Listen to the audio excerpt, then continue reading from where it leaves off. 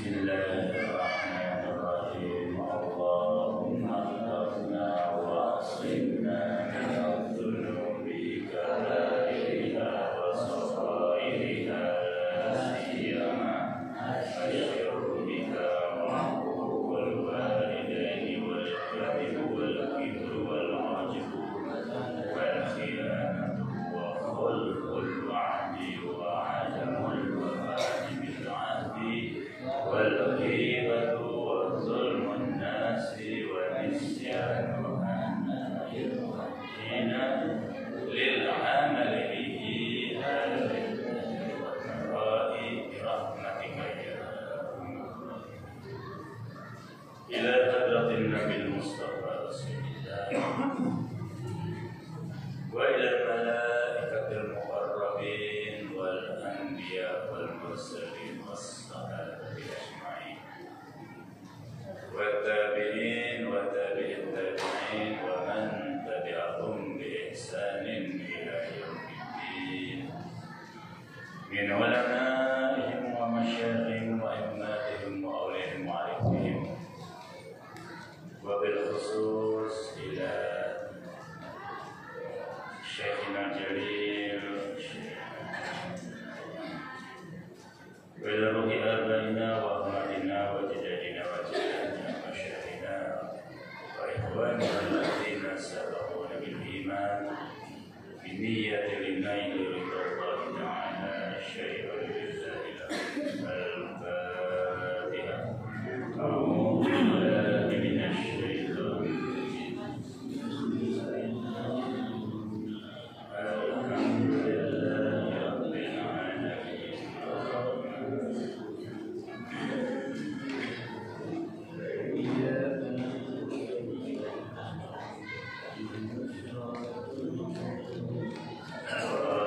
الذين أنعمت عليهم غير المغضوب عليهم ولا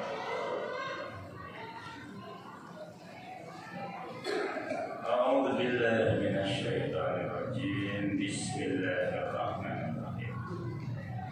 الحمد لله رب العالمين والصلاة والسلام على خاتم الأنبياء والمرسلين سيد الكونين وشريف الثقلين حبيبنا ومولانا وشفيعنا محمد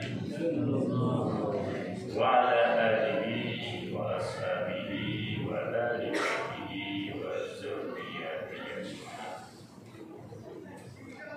رب اشرح لي صدري ويسر لي أمري واحلل عقدة من لساني يفقهوا قولي. ربي زدني علما وارزقني فهما.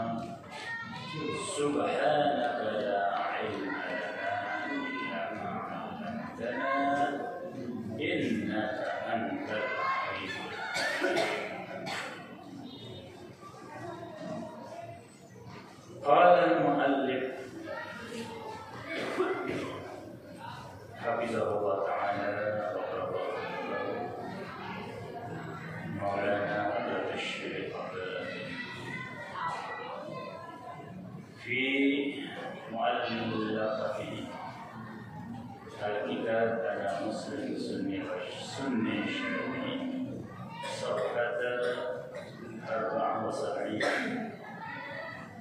وقد وجدنا طائفة يقولون بحلول الإله في زعيمهم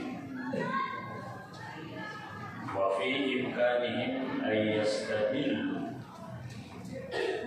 على ذلك بعد خرق الإجماع ومخالفة المشهور بين العلماء بما روي عن أبي هريرة رضي الله عنه قال قال رسول الله صلى الله عليه وسلم إن الله تعالى قال من عادى لي وليا فقد آذنته بالحرب وما تقرب إلي عبدي بشيء أحب إلي مما افترضت عليه وما يزال عبدي يتقرب إلي بالنوافل حتى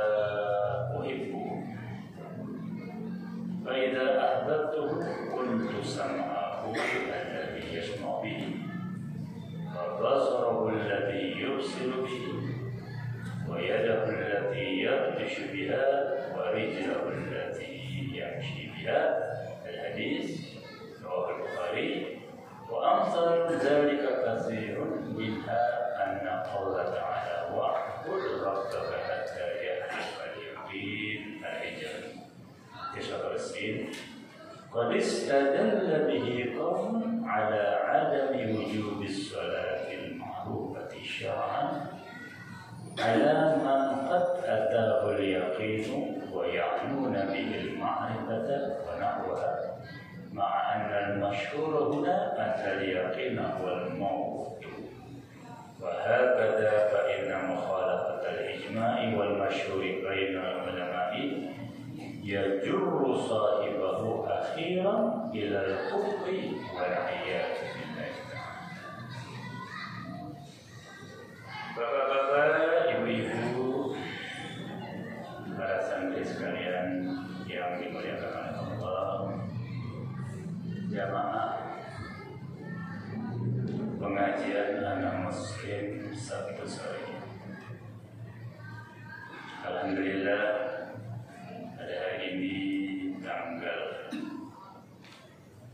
9 Safar 1444 bertepatan 26 Agustus 2023. Alhamdulillah kembali kita dipertemukan oleh Allah di majelis yang mulia ini, yaitu majelis Taladul Ilmi, Majlisul Ilmi, Majlisul Zikri.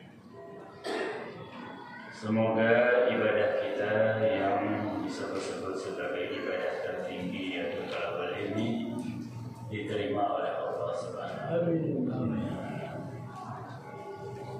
Semoga dengan keberkahan majelis ilmu ini kita mendapat ilmu yang bermanfaat, ilmu yang sering saya sebutkan bahwasan ilmu yang bermanfaat adalah ilmu yang tersimpan dengan baik di dada kita, teramalkan dengan baik lewat anggota tubuh kita, membuahkan amal soleh. Ilmu yang dengannya kita bisa membedakan mana yang hak dari yang batil. Dan ilmu yang bermanfaat adalah ilmu yang menghantarkan kita kepada ma'rifat. Amin.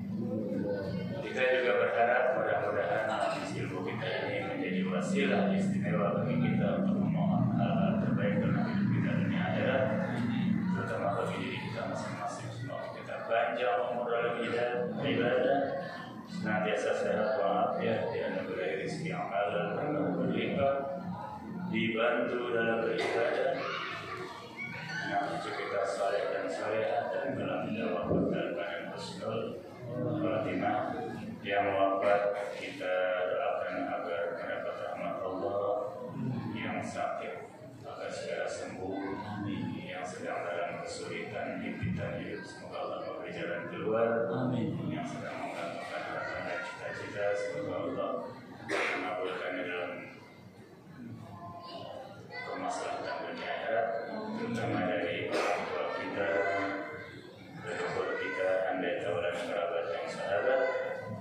Mohon doa pula agar Al-Ghazali yang tercinta ini berikut ma'ad lainnya yang sejalan dengan kita, semoga diberkahi oleh Allah, didukung dan dibela, dibukakan pintu rezeki yang seluas-luasnya, murid dan lulusannya menjadi pengemban amanat Rasulullah dan menyambung penerus ilmu barangan. Terakhir kita doakan seluruh kaum muslimin muslimat di mana saja berada, semoga Allah kembali menjadikan umat ini umat yang mulia berwibawa, mimpin umat manusia ini dalam kebaikan, sebagai umat terbaik dalam sejarah manusia, khairu ummatin ukhrijat linnas. Bapak-bapak, ibu-ibu yang dirahmati oleh Allah, kita masih berada di muqaddimah yang ke-12 dari anak muslim. Perlu saya ingatkan bahwa serangkaian mukadimah ini yang nantinya berjumlah kurang lebih 25 mukadimah. Itu Mama sodorkan kepada kita sebagai pendahuluan juga mukadimah mengantar untuk menjawab pertanyaan yang besar di awal kita, yaitu apa itu madhab, kenapa sampai ada banyak madhab di dunia Islam, dan apa hukumnya memegang salah satu madhab. Dengan sabarnya Mama menjawab pertanyaan ini dengan terlebih dahulu melakukan sekian banyak mukadimah. Dari mukadimah ini kita bisa menggali ilmu yang luar biasa dan memiliki wawasan yang luas, ya, sehingga dengan sendiri kita menemukan jawaban. Kalau saya sih ditanyakan itu tembak langsung, apa hukumnya memegang madhab wajib? Atau yang katanya wajib? Kenapa wajib Ustaznya? Sebab saya mau goblok ini.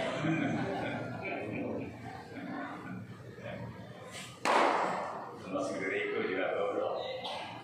Ya. Karena pada bila ada tren dalam beribadah, ya, aliran, maka tidaklah bisa menciptakan sebuah aliran kecuali yang sudah ahlinya. Ya, gampangnya kalau di dunia otomotif ya, itu mantap itu kayak merek ya. Honda, Yamaha, Kawasaki, Mitsubishi, Mercedes ya. Apa hukumnya memegang atau mengkonsumsi atau memiliki salah satu produk otomotif wajib? Kenapa? Karena kita nggak bisa bikin mobil sendiri. Gak ada ya, gampang ya. Tapi mau sabar ya. Dari pengajuan sekian banyak mukadimah, kita akan memiliki wawasan yang sangat luas sekali, sehingga diharapkan kita menjadi muslim yang amat sangat toleran, menghargai perbedaan pendapat asal pendapat itu lain dari seorang ahli. Kalau pendapat yang lain dari apa dari ustaz kaleng-kaleng kan kita kan anggap. Ya. Tapi kalau pendapat dari seorang ahli, we listen it. Nah, dalam mukadimah yang ke-12 ini, mukadimahnya adalah tentang ijma dan jamaah. Ijma sudah dibahas. Sekarang jamaah. Ya. Kemarin saya kemukakan bahwa berjamaah itu bukan berarti berkumpul secara fisik bareng-bareng di satu tempat, berbuat bareng-bareng, bergerak bareng-bareng, pergi ke sana bring, ya bukan. Ya, tetapi berjamaah di sini adalah sesuatu yang maknawi. Artinya ada tidak kita dalam kesepakatan jamaah, dalam konsensus yang telah dianut oleh jamaah tersebut. Ya. Di situ kita akan dinilai Anda dari jamaah mana. Kalau Anda menghalalkan LGBT, kalau Anda menghalalkan riba, kalau Anda membolehkan korupsi, ya. Kalau Anda menghalalkan segala cara untuk mencapai tujuan, berarti Anda bukan jamaah kami dong. Itu ada di sana tuh, itu ya masalah, itu ya. Sebab jamaah yang ada di sini adalah jamaah yang menghayati dan berkonsensus dalam apa-apa yang datang dari Al-Quran, datang dari hadis, dan apa-apa yang ditafsirkan dari keduanya ini sesuai dengan yang masyhur dari kalangan sahabat, tabi'in, dan imam-imam yang kompatibel. Itu. Dan berkompetensi. Ya, imam-imam yang diakui. imam-imam pencipta madhab, pelahir madhab. Nah, Anda kan di situ, berarti Anda berjamaah. Kalau Anda keluar dari situ, Anda bukan jamaah, tidak berjamaah. Alhamdulillah dan alhamdulillah, sampai detik ini umat Islam sebagian besar masih berjamaah. Ya, masih berjamaah. Mau sunninya, mau syiahnya, mau madhab-madhab lainnya, masih berjamaah. Terjamin. Ya, dari sekian ratus madhab yang tersisa 8 itu artinya berjamaah. Itu artinya fulfilling atau memenuhi apa yang dikabarkan oleh Allah di dalam surat Al-Baqarah, wa kadzalika ja'alnakum ummatan wasata. Ya, berjamaah. Ya. Sunni berjamaah, Syiah berjamaah, Ibadi berjamaah, Zahiri berjamaah, dan sebelumnya ada madhab-madhab lain, Auza'i, As-Sawri, Al-Laisi, Al-Auza'i, bla bla bla dan seterusnya, 200-an madhab lebih, itu semua berjamaah. Karena apa? Semuanya mengikuti apa kata para imamnya, apa yang digariskan dalam madhabnya. Mereka menjalankan keislaman secara tertib, manhaji, ya, untuk mau harus sorangan, ya, tak ngaco, tak ngawur, ya, tidak nyempal, tidak mahiwal, tidak splitting from our group, ya, la tajuzzu man syadza min jama'atina, ya, yang berpendapat aneh-aneh sendiri, kok begini ya? Nah, ini artinya orang yang keluar dari jamaah, gitu ya. Jadi keberjamaah umat itu ada di sini, di benak dan ada di hati, bukan secara fisik kumpul. Maka dari itu orang yang kumpul setiap pagi di stasiun KRL Bogor, sekian belas gerbong, 12 gerbong, masing-masing gerbong berisi 100 orang, 1.200 orang pergi bersama ke Jakarta, itu bukan berjamaah namanya, karena benak mereka macam-macam isinya. Gitu. Ya. Maka keberjamahan kita adalah ketika kita disatukan dalam fikrah dan masyair yang sama. Sikap berpikir kita sama, sikap apa ya? Sikap atau sentimen kita sama. Ya, sikap berpikir sama, sentimen sama. Itu berjamaah. Ya. Nah, ini hanya bisa diperoleh seperti dikatakan di sini, yaitu apabila kita mengikuti pemahaman Al-Quran dan hadisnya, wa fahmihima wafqal ijma'i, sesuai dengan ijma'. Keluar dari ijma' berarti keluar dari jamaah. Wal masyhuri, dan pendapat yang masyhur, jangan cari aneh-aneh ya. Masyhur di kalangan sahabat, ya, tabi'in, wa man tabi'ahum bi ihsanin ila yaumil, dan orang-orang mulia yang mengikuti beliau dengan baik hingga kiamat nanti, yaitu apa? Para imamnya, para ulamanya, para jumhurnya yang melahirkan sekian ratus madhab itu. Ya, itu hanya berjamaah. Ya. Nah, oleh karena itu di halaman berikutnya dikatakan, mereka-mereka yang kita dapati, ya, segelintir atau satu taifah. Taifah itu cuma segelintir ya. Taifah itu bukan firqah, bukan mazhab, bukan ulama ulama, tetapi taifah. Ya, ada segelintir ya. Yang kemudian mengatakan bahwa adanya hululul ilah, adanya nganciknya Allah di diri makhluk,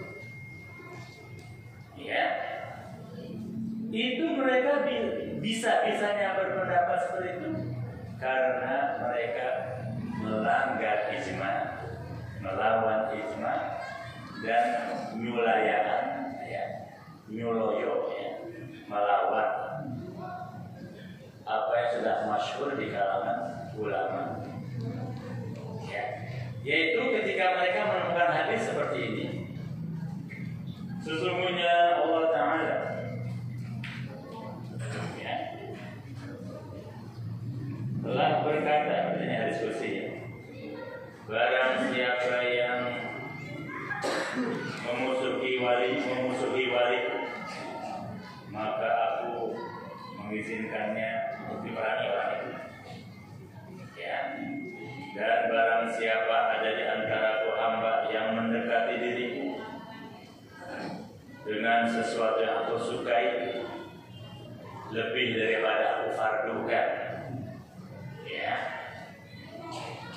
atau dia bertaqarrub denganku lewat ibadah-ibadah sunnah, padahal tidak wajibkan, artinya orang ini mencari kelebihan, ya, yaitu dengan rajin melakukan ibadah-ibadah sunnah. Salat tidak hanya cukup yang 5 waktu saja, dia tambah dengan rawatib, qobliyah, ba'diyah, dia tambah dengan sholat malam, tahajud, sholat tasbih, sholat taubat, witir dan sebagainya.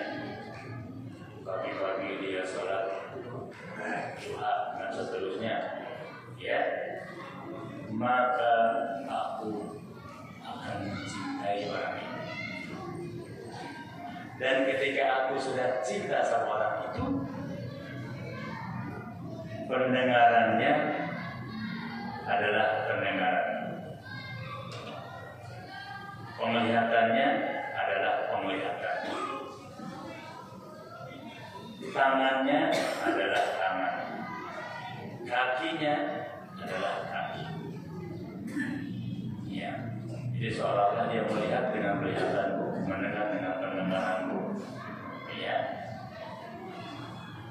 melangkah dengan kaki, bertingkat dengan tanganku. Nah, kalau hadis ini tidak kita sesuaikan dengan ijma, maka bisa jadi ada taifah, ada segelintir kaum muslimin yang menerjemahkan, oh berarti Allah sudah ngancik dalam dirinya, ya. Ya.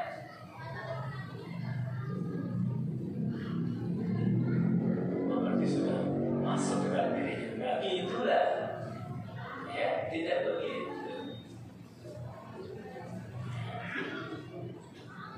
Makanya kita harus ikut ijma dan pendapat masyhur di kalangan ulama, ya. Jangan neko-neko, ya. Kalau dalam beragama jangan neko-neko, jangan neko-neko, dan jangan sok nyentrik. Nah, ya. Dalam beragama, mohon bapak-bapak, ibu-ibu, para santri jangan sok nyentrik. Kalau dalam berpakaian silakan nyentrik, silakan. Ya, misalnya silakan anak muda, misalnya dia lengan kanan pendek, lengan kiri panjang, nah, ya. Itu sepatunya yang kanan hijau, yang kiri merah, ya. Kemudian rambutnya dicat 17 warna, silakan, ya. Memang dibilang gila, ya. Tapi dalam beragama jangan sok nyentrik. Aku ingin beda dari yang lain. Nah itu awal kecelakaan itu. Jangan. kita ikuti mainstream yang ada. Apa mainstream yang ada itu? Itu model-model yang tersisa. Yang dewasa tinggal ada 8. Ikuti salah satunya. So, Anda menjadi seorang Syafi'i silakan. Menjadi seorang Maliki silakan. Menjadi seorang Ja'fari silakan. Menjadi seorang Ibadi silakan. Ya, karena itu mainstream.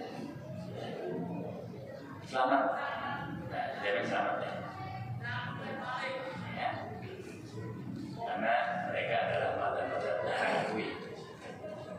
Tapi kalau kemudian ngajinya itu udah beda, bapak-bapak ibu-ibu.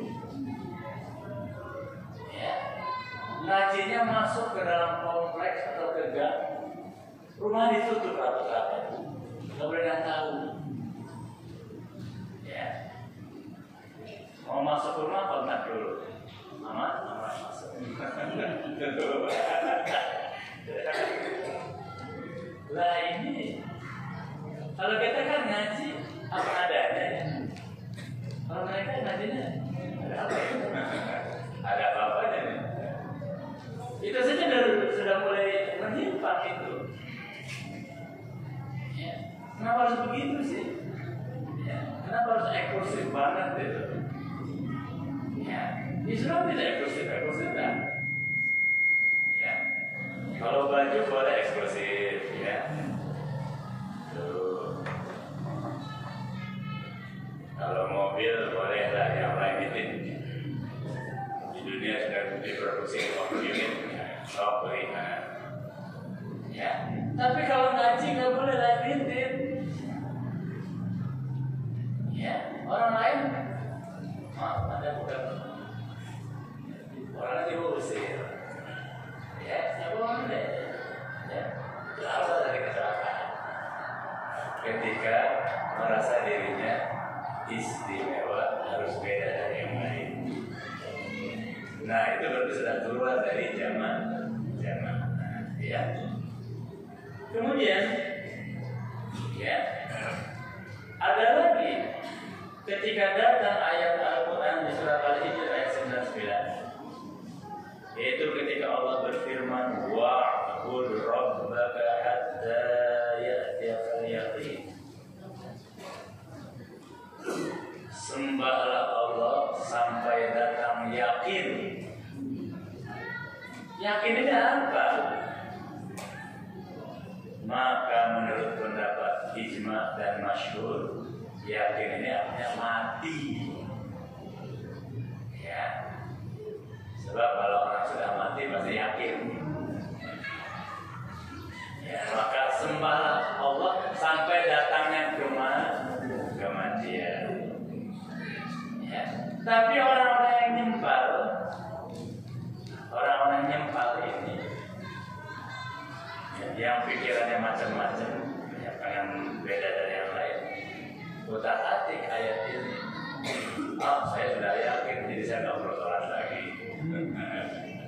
nggak perlu ibadah lagi. Nah ini, ya, ada yakin di sana al-maut. Wa'bud rabbaka hatta ya'tiyakal maut. Sembahlah atau beribadah engkau kepada Tuhanmu sampai datangnya sang kematian. Karena sang kematian adalah sang keyakinan. Puncaknya daripada keyakinan kita ketika kita sudah meninggalkan dunia. Kenapa meninggalkan dunia? Kita akan mencapai keyakinan yang paling total, paling sempurna. Karena penghalang terakhir terbesar yang menghijab kita dari Allah adalah hidup di dunia. Kehidupan di dunia ini. Ya. Dunia ini adalah hijab yang terbesar. Ya.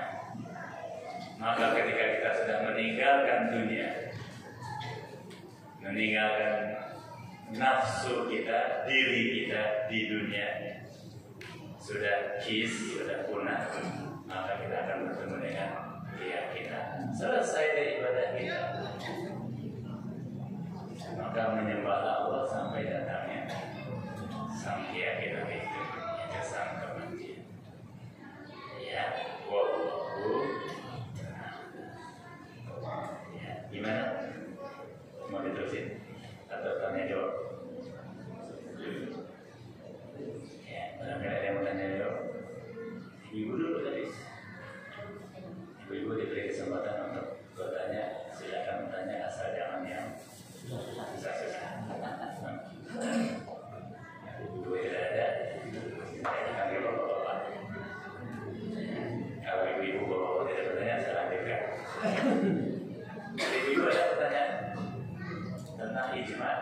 dan jamaah. Ya, sudah paham ya? Silakan, ada pertanyaan dari Ibu Elvi. Silakan Ibu. Mohon maaf saya katakan dulu kalau silakan Pak. Iya, kalau manhaj salaf itu kan dari cabang yang mana ya? Manhaj salaf. Iya. Manhaj salaf siapa sih? Atau apa sih? Wahabi. Yang disebut Wahabi, tapi mereka pun juga nggak menyebutkan itu adalah Wahabi, tapi lagi rame bahwa banyak orang yang dalam bahasa Arab ada kaidah ism ala musamma. Namanya persis nggak dengan realitanya. Sebab ada orang yang mengaku ini kambing loh pada diri-diri. Ya. Ini apel pada kedong-dong. Ya. Jadi ism ala musamma. Ya. Nama harus tepat dengan apa yang dinamai. Jadi mohon maaf ketika mereka mengatakan kami salah, itu sesungguhnya klien sepihak. Saya mohon maaf ya, saya tidak menjelek-jelekan mereka, tapi saya melihat wah ini mah klien sepihak. Ya, yang salah itu kita. Makanya pesantren yang masih menggunakan kitab ini sebenarnya salafnya kan? Salah itu kita. Itu yang kita mencoba mengikuti imam-imam yang hidup di abad kedua. Mulai dari abad kedua ya. Mulai mencorongnya ilmu dalam itu abad kedua. Kenapa abad ke-1 tidak? Karena abad ke-1 umat Islam masih sibuk berperang.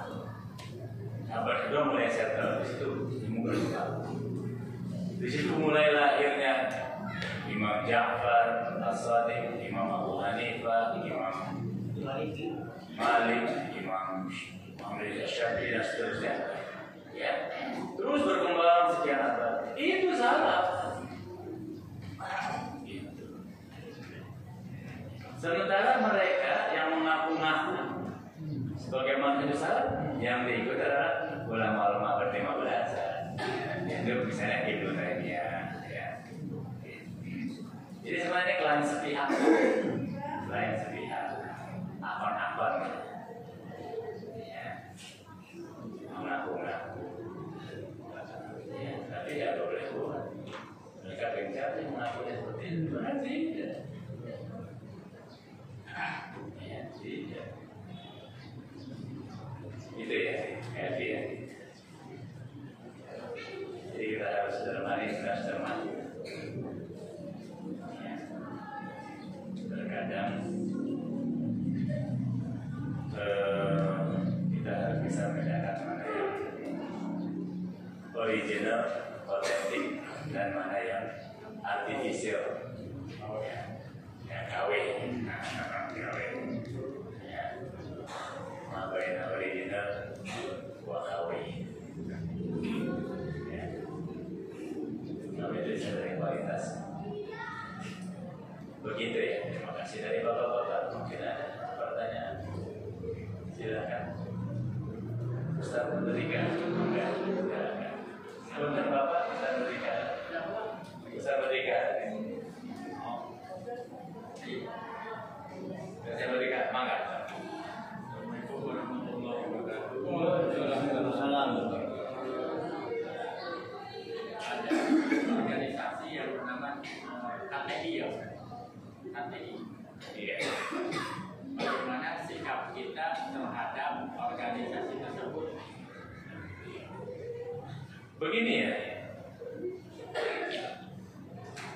apa yang dibahas di anak muslim ini adalah perbedaan pendapat yang kemudian melahirkan aliran-aliran. Perbedaan pendapat di kalangan orang-orang yang berkompeten, yaitu para imam ahli ijtihad. imam ahli ijtihad. Khususnya tadi ya yang salaf-salaf itu ya, yang kemudian melahirkan aliran-aliran yang disebut sebagai firqah, madhab, dan tariqah. Ya. Nah, belakangan ini ketika umat Islam dihajar habis-habisan oleh imperialisme, penjajahan, kolonialisme, timbullah apa itu dengan harokat atau gerakan, movement. Ya, ada Deobandi di India, ya, ada apa lagi dan apa lagi ya, termasuk Ikhwanul Muslimin di Mesir, termasuk Hizbut Tahrir di Palestina. Ya, di kita juga ada harokat-harokat seperti Nahdlatul Ulama, Muhammadiyah, ada Irsyad, Matul Anwar dan sebagainya. Ya. Nah, ini harus dibedakan antara madzhab dengan harokat. Ya. Nah, Hizbut Tahrir itu termasuk dalam harokat. Ya, jadi tidak ada kaitannya dengan aliran-aliran dalam dunia ketauhidan, firqah, dunia kefikihan madzhab, dunia tasawuf mereka tidak ada. Oleh karena itu, saya tahu orang-orang Hizbut Tahrir itu ada yang memegang dalam peribadahannya, ada yang memegang mazhab Syafi'i, ada yang memegang mazhab Hanafi, ada Maliki, ya, ada yang Maliki, ada ya. Orang-orang Hizbut Tahrir yang bergerak di Turki misalnya, itu kebanyakan bermadzhab Hanafi dalam peribadahnya. Ya. Nah, apa yang menarik dari Hizbut Tahrir ini? Yaitu keyakinan mereka, ya, sebutlah ijtihad politik mereka atau ijtihad harokiyah mereka, harokiyah ya, ijtihad haroki mereka yang menyatakan bahwa kejayaan umat Islam itu akan tercapai kalau kembali kepada kekhalifahan. Itu, ya. Nah, di sini tentu kita bisa saja berbeda pendapat, karena hanya juga perbedaan pendapat. Ya. Bagi saya pribadi, justru saya trauma dengan kekhalifahan. Sebagaimana yang saya ungkapkan dalam pertemuan kemarin, kekhalifahan itu justru merupakan sejarah panjang kisah pengkhianatan segelintir kaum muslimin kepada Rasulullah, khususnya pada spirit negara Madinah. Itu, ya. Yang didirikan oleh Rasulullah dan negara Madinah yang amat sangat ideal sekali, di mana semua orang secara plural hidup berdampingan dengan damai aman, tanpa memandang warna kulit, suku, budaya, bahkan agama. Ya, penganut agama apapun bisa hidup di Madinah dengan tenang. Mau Yahudinya, mau Majusinya, mau Nasraninya, mau apalagi Muslimnya. Dan mereka sepakat memilih Rasulullah sebagai pemimpin. Bukan pemimpin spiritual, pemimpin negara. Ya, kepala negara sepakat. Jadi negara kesepakatan. Kemudian Rasulullah pun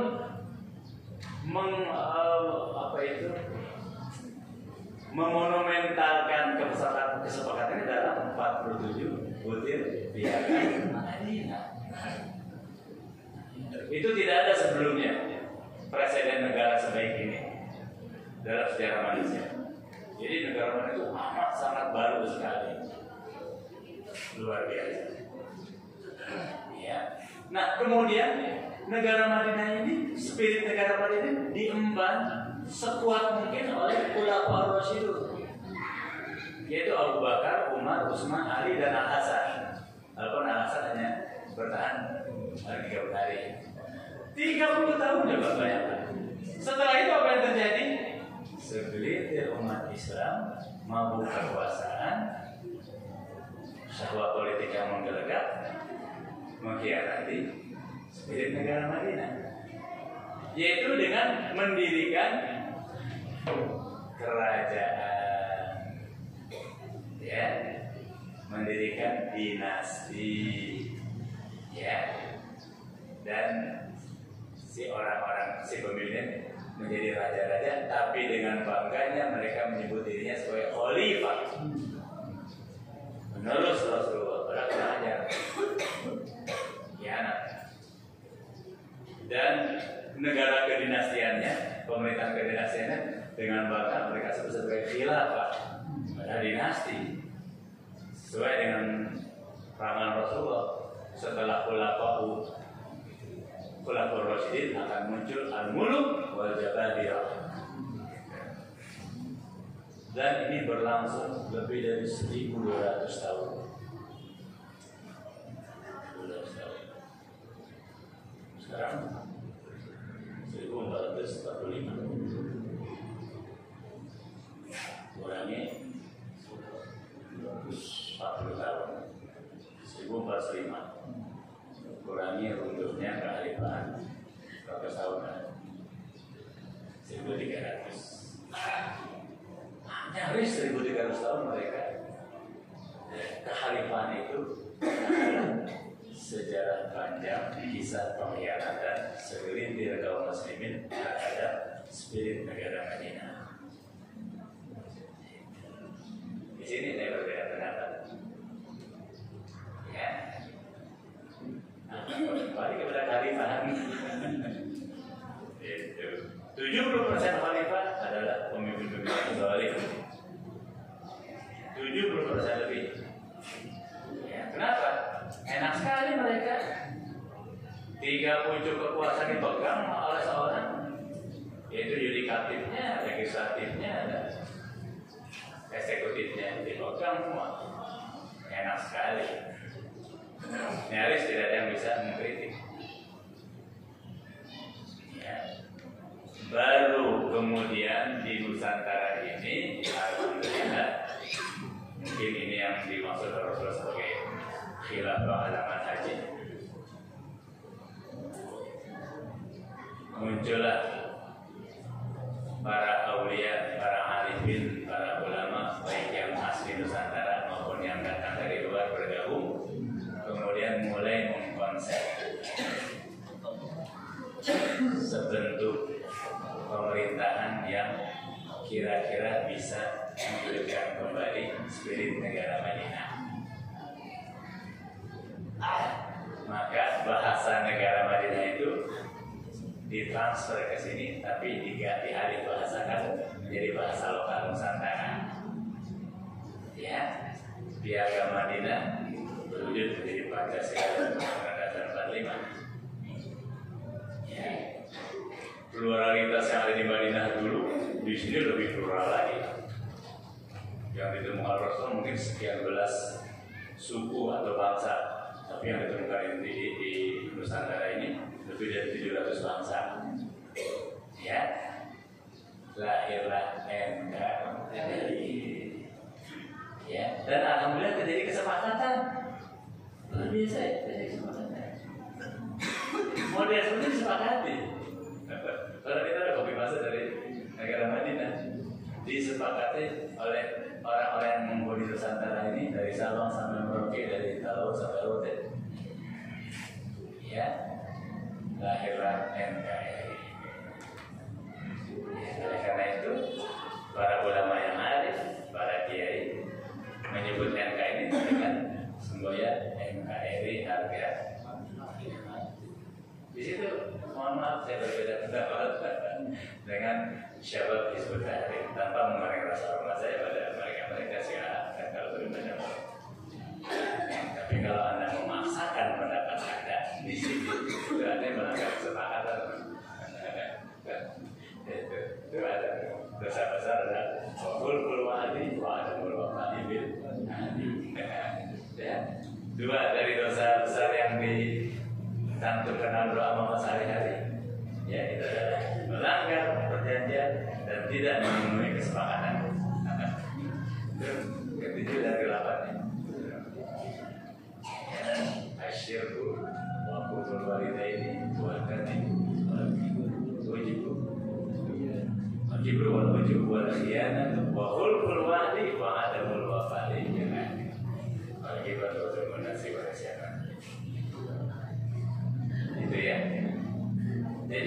ke kamar, ya silakan. Kalau Anda yakin, wahai sahabat Hizbut Tahrir, Anda yakin? Ya silakan. Kan bebas dalam Islam berpendapat. Asal syaratnya apa? Dilahirkan oleh ahlinya. Oke lah, saya bilang saya tak pendapat ini ahlinya. Oke, apa-apa. Ya. Syekh Teguh Mani, kemudian Syekh Ahmad Daud, Syekh Abdul Salam, silakan. Syekh Ahmad Daud pertama saya di Jordan. Saya sering selalu berjamaah sama beliau. Ya, kemudian, oke. Yang kedua, syarat yang pertama apa? Jangan merasa benar. Dan yang ketiga apa? Jangan maksa dia. Ya. Jadi kalau ketiga-tiga dipenuhi oleh syahabat Hizbut Tahrir, silakan. Kira-kira mereka bisa nggak mencari lahan kosong di dunia ini? Yang belum di situ ada sistem pemerintahan yang diakui, sepakati oleh penuh semacam. Ya sudah dirikan situ. Itu. Tapi kalau di Indonesia Raya ini nggak bisa, harus ada kesepakatan. Ya, oleh karena itu kiai kita mengatakan bahwa ini adalah bertolak dengan sendirinya. Gitu, ya. Terlepas dari masalah benar atau tidak ya. Gitu. Ya, hasil istihad kita anggap semuanya benar. Walaupun benar yang relatif. Seperti itu kira-kira ya sama tiga ya. Gitu, ya. Disilakan mereka berpendapat. Oke. Ya. Tapi kita juga izinkan untuk berpendapat lain. Bebas ya. Baik.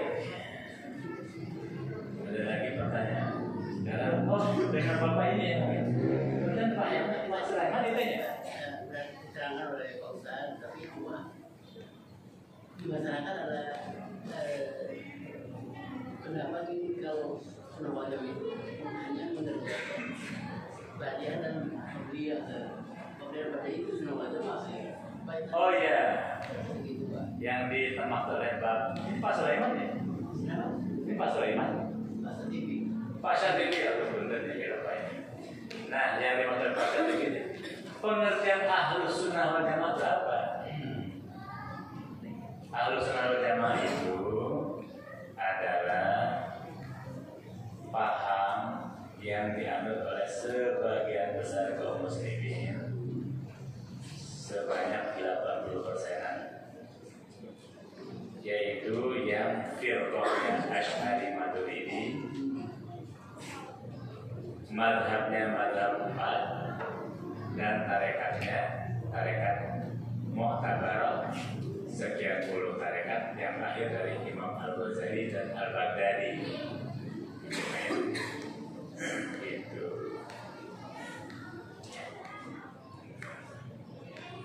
Ketika saya bertanya kepada guru saya Kiai Ma'ruf Amin, Pak Kiai, saya boleh nggak mengamalkan madhab Al-Auza'i atau As-Sawri? Sengaja saya bertanya, atau Al-Laisi. Sengaja saya sebutkan madhab-madhab sejati, tapi sudah punah. Ini madhab sejati, masa beneran itu. Semu, bukan pseudo madhab, bukan pseudo madhab. Ini madhab yang benar-benar ada. Apa kata Kiai Ma'ruf? Ustaz Toto benar, tapi Ustaz Toto bukan Ahlus Sunnah wal Jamaah. Saya kayak dibantu kalau dengar itu. Astagfirullah. Ya, padahal saya main-main ya sebenarnya. Asyiknya gimana kalau saya menjalankan, mengamalkan madhab Auza'i? Ini madhab sejati, kitab-kitabnya ada kok di perpustakaan kalau mau digali lagi. Ya, dulu saya punya guru fikih, dosen fikih di Universitas Jordan, namanya Dr. Yusuf Ali Al-Nasa. Itu dia biasa mengajarkan mahasiswanya sampai 11-12 madhab yang berkurang. Itu juga jadi sedikit kulit. Bisa menyimak. Kata Kiai Ma'ruf Amin apa?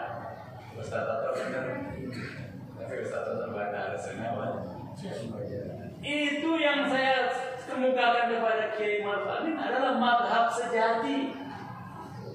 imamnya ada, mazhabnya pernah ada, buku-bukunya ada, kitab-kitabnya ada. Bagaimana kalau saya mengatakan mazhab yang semu? Mazhab bohong-bohongan, mazhab abal-abal. Aduh, saya lebih ditunjuk lagi. Ya, paham ya? Oh, ya. Jadi alasannya seperti itu ya. Tapi apakah di luar Ahlussunnah salah? Ya tidak. Tidak. Tidak ada yang salah dalam beristihad. Apakah Syiah salah? Sama sekali tidak. Apalagi kafir, jangan. Salah saja tidak. Paling-paling kita hanya mengatakan keliru, itu paling banter. Keliru mologi. Paling banter kita bisa mengatakan pihak lain yang tidak sejalan dengan kita, sepaham dengan kita. Paling-paling kita hanya bisa mengatakan Anda keliru. Tapi saya juga tidak bebas dari kekeliruan. Kata Imam Syafi'i apa? Menurutku pendapatku tepat, tapi ada kemungkinan keliru. Dan pendapat Anda keliru, tapi ada kemungkinan tepat. Bapak-bapak, ibu-ibu, para santri silakan kaji kitab Mizanul Kubra. Al-Mizan Al-Kubra di Al-Ghazali dikaji setiap 2 Jumat sekali ya Pak Agus. Siapa yang membawakannya? Ustaz Auladi. Coba lihat di situ di kitab itu ada nggak pernyataan ini salah, itu benar nggak ada kan? Yang ada ini pendapat kuat, ini pendapat lemah, ini pendapat yang roji, ini yang maju. Paling banter ini keliru, ini tepat. Tapi sekeliru-kelirunya ada istihad, apa janji Allah lewat hadis Rasulullah? Sudah berhak mendapat pahala beristihad sekali. Kalau tepat 2 kali lipat. Tapi yang tahu mana yang tepat, mana yang keliru hanya Allah Subhanahu wa Ta'ala. Ya,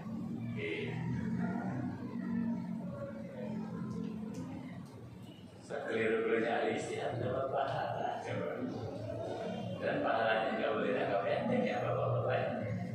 Sekali beristihad itu mungkin kita ubah dengan ibadah 1000 hari belum tentu kekejar.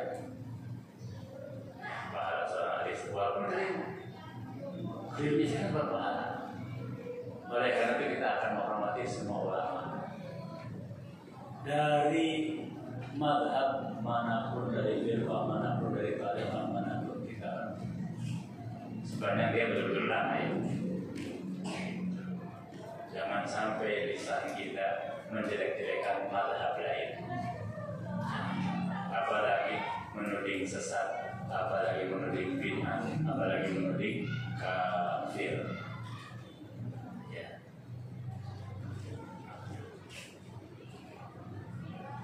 Sekarang ini kita sedih ya melihat sebagai dari kaum muslimin mengkafir-kafirkan lainnya. Ya jangan ikut-ikutan bapak-bapak ibu-ibu ya, jangan ya. Jangan mengkafir-kafirkan Syiah. Syiah kafir jangan. Kita tahu dari mana Syiah kafir? Dari dulu antara Sunni dan Syiah sudah sering terjadi pertukaran. Intoleransi. Tahu nggak? Sekitar 30-an ahli riwayat dalam Sahih Bukhari itu orang Syiah loh.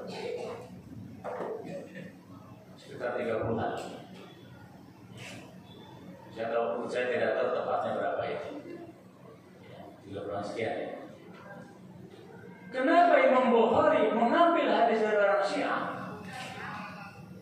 Karena Imam Bukhari tidak memasukkan perbedaan pendapat sebagai kriteria sikoh dan tidak sikohnya rawi. Ya, yang penting bonafid, yang penting sikoh, yang penting jujur, yang penting amanah, yang penting tidak pernah berdosa. Ya, atau melakukan perbuatan kelihatannya sepele tapi merusak muruah atau kewibawaannya.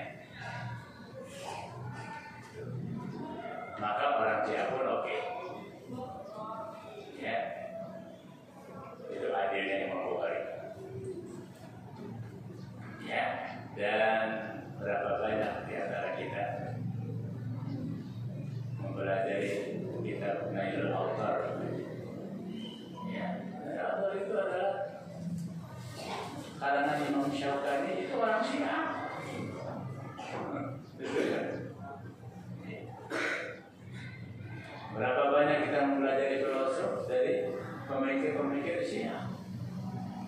Jadi di tataran ilmu, Sunni dan Syiah itu sudah biasa saling tukar-menukar. Ya, pendapat Imam Al-Ghazali dipakai oleh mereka. Sebentar lagi mereka akan membangun makam Imam Al-Ghazali yang ada di Mashhad. Mereka hormati. Di tataran ilmu biasa terjadi tukar-menukar pendapat antara Sunni dan Syiah. Sunni yang 80%, Syiah yang 0%, no problem silahkan. Apalagi di Nusantara ini saksi. Nusantara ini pertemuan berbagai aliran itu ada. Termasuk yang mainstream adalah Sunni dan Syiah. Ya, sampai-sampai Gus Dur bilang apa? Ya, NU itu Syiah tanpa imamah, dan Syiah NU dengan imamah. Dari miripnya. Ya. Tapi di dunia politik, nah ceritanya lain. Dunia politik namanya politik ya. Politik kan apa-apa bisa digoreng, ya.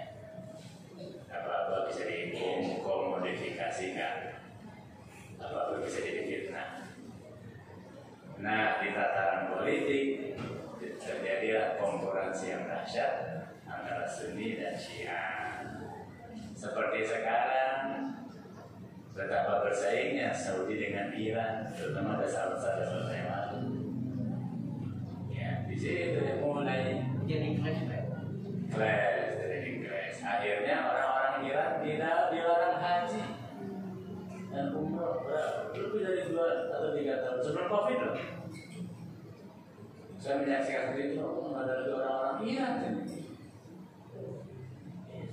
Kenapa? Politik. Ya. Kemudian di situ terjadilah kafir mengkafir. Ya, masuk ke kita proksinya. Ada sekelompok orang yang mengkafir Syiah. Apa bedanya sih? Gitu ya. Ini ada masalah istilah. Gitu ya. Sekarang mulai terjadi lagi. Dikritikkan lagi antara Saudi dan Iran. Sebentar lagi capelan ini kering. Ya, itu. Sekarang Saudi mulai ke Iran, Iran mulai ke Saudi. Ceritanya lain lagi. Ya. Kalau ada orang yang kafir-kafirkan Syiah, saya akan dengan mudahnya mengatakan kepada mereka, pergi sana ke kedutaan Saudi. Usulkan pada mereka mulai tahun depan dan mulai sekarang juga, ya orang-orang Syiah tidak boleh lagi menginjak Haramain, tidak boleh masuk Haramain untuk melakukan umrah atau haji. Kan tidak, mana yang berani ke kedutaan Saudi? Hingga detik ini otoritas haji umrah di Mekah dan di Madinah tidak pernah melarang orang Syiah untuk masuk ke tanah suci melakukan ibadah manasik umrah maupun haji. Tidak pernah terbit larangan. Akhirnya kan yang menjadi bulan-bulanan siapa? Umat ya dulu. Umat curiga kepada Ubulai. Ya, orang Sunni curiga kepada orang Syiah, orang Syiah curiga kepada orang Sunni. Apalagi di sana di Timur Tengah, Masya Allah. Ya, apalagi setelah munculnya ISIS itu paling berapa sekali. ISIS mengaku Sunni, dia menjadi duri di dalam diri kita Sunni. Ya.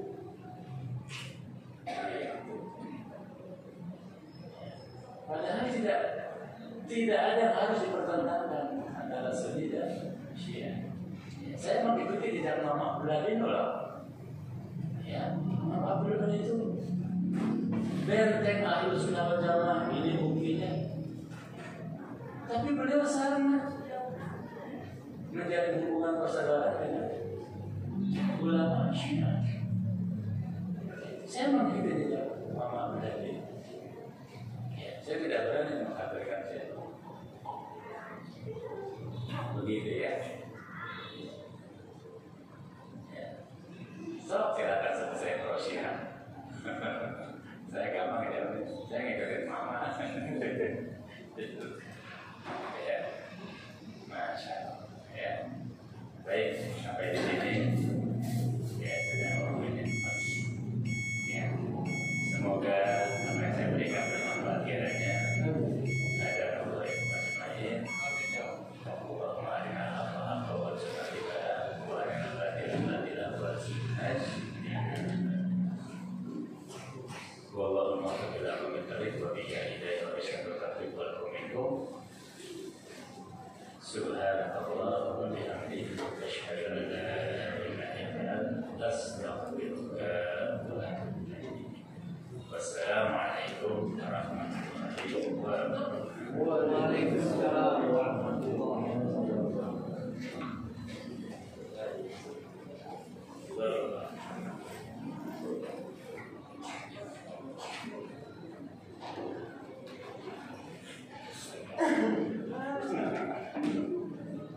Tadi gimana? Kan Z ya. Kan Z.